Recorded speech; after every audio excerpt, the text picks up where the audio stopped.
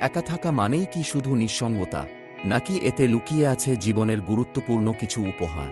আজকে জানাবো এমন কিছু সত্য যা হয়তো আপনি আগে ভাবেননি। একা থাকার উপকারিতাগুলো: ১. ব্যক্তির স্বাধীনতা এবং বাক স্বাধীনতা ভুলুণ্ঠিত হওয়ার সম্ভাবনা খুবই কম। ২. স্বাধীনতা প্র্যাকটিস করা যায়। ৩. নিজের আগ্রহ এবং পছন্দের বিষয়গুলো নিয়ে ঘাঁটাঘাঁটি করতে সুবিধা। ৪. নিজের অভীষ্ট লক্ষ্যে পৌঁছানোর সম্ভাবনা প্রবল। ৫. নিয়ন্ত্রণমুক্ত এবং বাধাহীন জীবন যাপন করা যায়। ৬. নিজের সিদ্ধান্ত নিজে নেওয়া যায়, ফলশ্রুতিতে জীবন সম্পর্কে এক বাস্তবধর্মী ধারণা তৈরি হয়। ৭. অন্যের উপর নির্ভরশীলতা কমে যায়। নিজেকে নিয়ে জানার এবং গবেষণা করার অবারিত সুযোগ তৈরি হয়। ইচ্ছেন তো সুযোগের সদ্ব্যবহার করা যায়। ১০.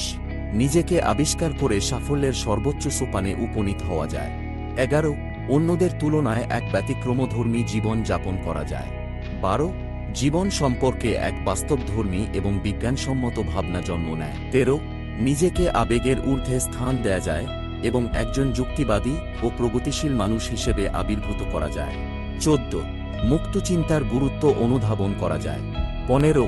মানবিক মূল্যবোধ জাগ্রত হয়। ১৬. যা খুশি তা করে বেড়ানো যায়। ১৭. প্রেম করার ক্ষেত্রে অবারিত স্বাধীনতা পাওয়া যায়। ১৮.